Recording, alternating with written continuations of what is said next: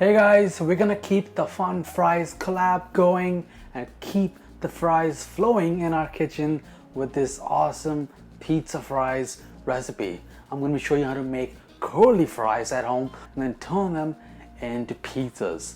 Let's get started right now. Hashtag fun fries for the collab for everybody who is participating. Let's go. So I'll quickly go over how to prepare the potatoes for these curly fries.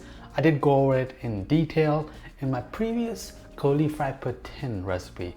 So you want to cut a flat edge on one side so then it can get gripped from the spiralizer and then just turn away. I'm not sure what kind of spiralizer that you might have, but it all works the same way.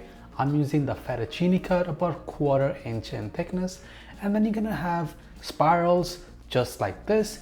Now you can make them shorter or longer as you please. It just depends on what you're looking for with your curly fries. But we'll worry about the size later on. For now, add all the potatoes into a large bowl and cover it with some cold water.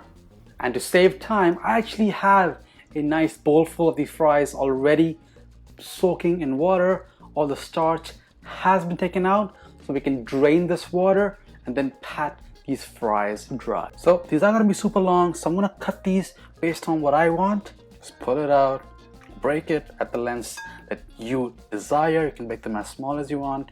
You can do this step earlier on while you're spiralizing. Now you are also going to end up with these stragglers right here, where it's not a spiral, but it's just like the end pieces, and you can actually clump them together and make bunched up cold fries with that. So all of these, just pat them dry lightly. And now we'll make a classic batter with some flour, some black pepper, and salt. Now some cayenne pepper for some color, a bit of onion powder as well, and the same amount for the garlic powder as well. Give this all a good whisk. Then start adding in water a bit at a time, the consistency of pancakes. So nice and thick, but smooth as well.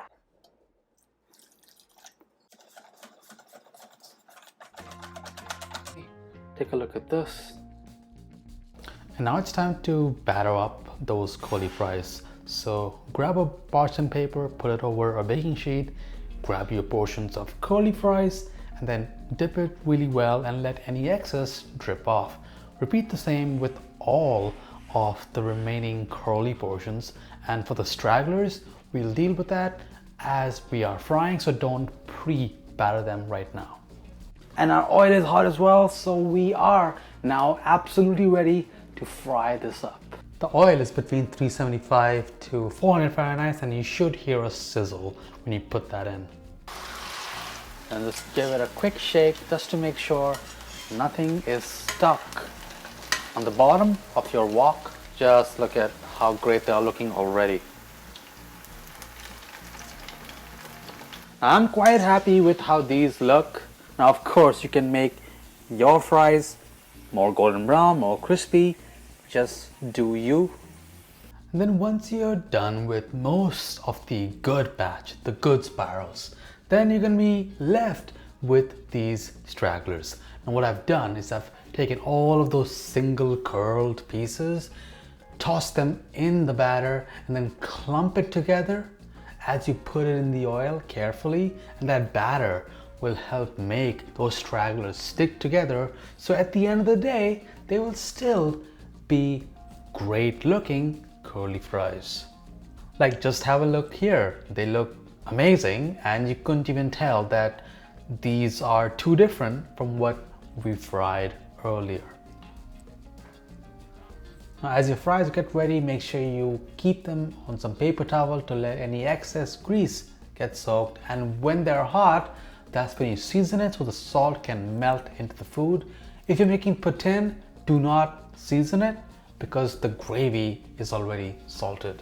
So for the sauce, grab a bowl, then add in some passata, which is strained tomatoes. I'm using the Italian kind. A few teaspoons of olive oil, then a tiny bit of oregano. Just a sprinkle. Some chili flakes, just for a hint of heat. Then about 1 or 2 cloves of garlic. Big, so I'm gonna leave it with just, and with that, our quick pizza sauce is ready. Now another optional ingredient you can add in to intensify the flavor is a bit of tomato paste, and that's really gonna give you that beautiful intense tomatoey flavor without much work. And the beauty with a raw sauce like this is it cooks in the oven with the fries. Guys, so our fries are looking truly incredible. This is how you make some great curly fries. Of course, you saw that in my previous recipe for the Canadian patin. So now to assemble our pizza fries, get a casserole. The size really depends on how much of this you're making. You can use a family sized one or something small like this. Basically fill all the little white gaps, and while you can layer it, I don't want the sauce to kind of overpower my actual fries. I want fries at the bottom and then the pizza stuff on the top, just like our pizza should be, with the crust, sauce, and then cheese. So that's kind of what we're going for. But of course you can layer it and make it like a fried lasagna. Hey, that can be a fun idea. Now add your sauce over the top. No need to be precise here, just dots of it. Surprise of sauce with your beautiful fries. Then top it with some provolone cheese. Again, no need to be precise.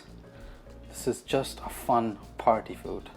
Like any great pizzas, it's the provolone that helps with the beautiful cheese pulls. And then top it with your mozzarella. Again, up to you how cheesy you want to make your pizza fries. Then I'm gonna top this with pepperoni. You can put chorizo, put ham, put some grilled chicken on top. Really, put your favorite toppings. Make this your favorite pizza fries. I'm gonna put it under the broiler so we can really get that cheese nice and molten. After it has molten completely, that's what you have. And if you have fresh parsley, you can garnish with fresh parsley, basil, dried parsley, oregano. And these pizza fries are truly something amazing, and I hope this can add something special to your 4th of July celebrations. Maybe this will give you some ideas on how to make cooking more fun. And if you do want some more ideas just like this one, just something creative, check out my free Live to Cook challenge where you can really get cooking in the kitchen in new creative ways for free. And I want all of you to try to join the hashtag Fun Fries Challenge. We're trying to make something fun with fries for this collaboration. Multiple entries are encouraged, so go ahead and get those fries frying. Until then, I'll see you guys again on the next one. Bye guys.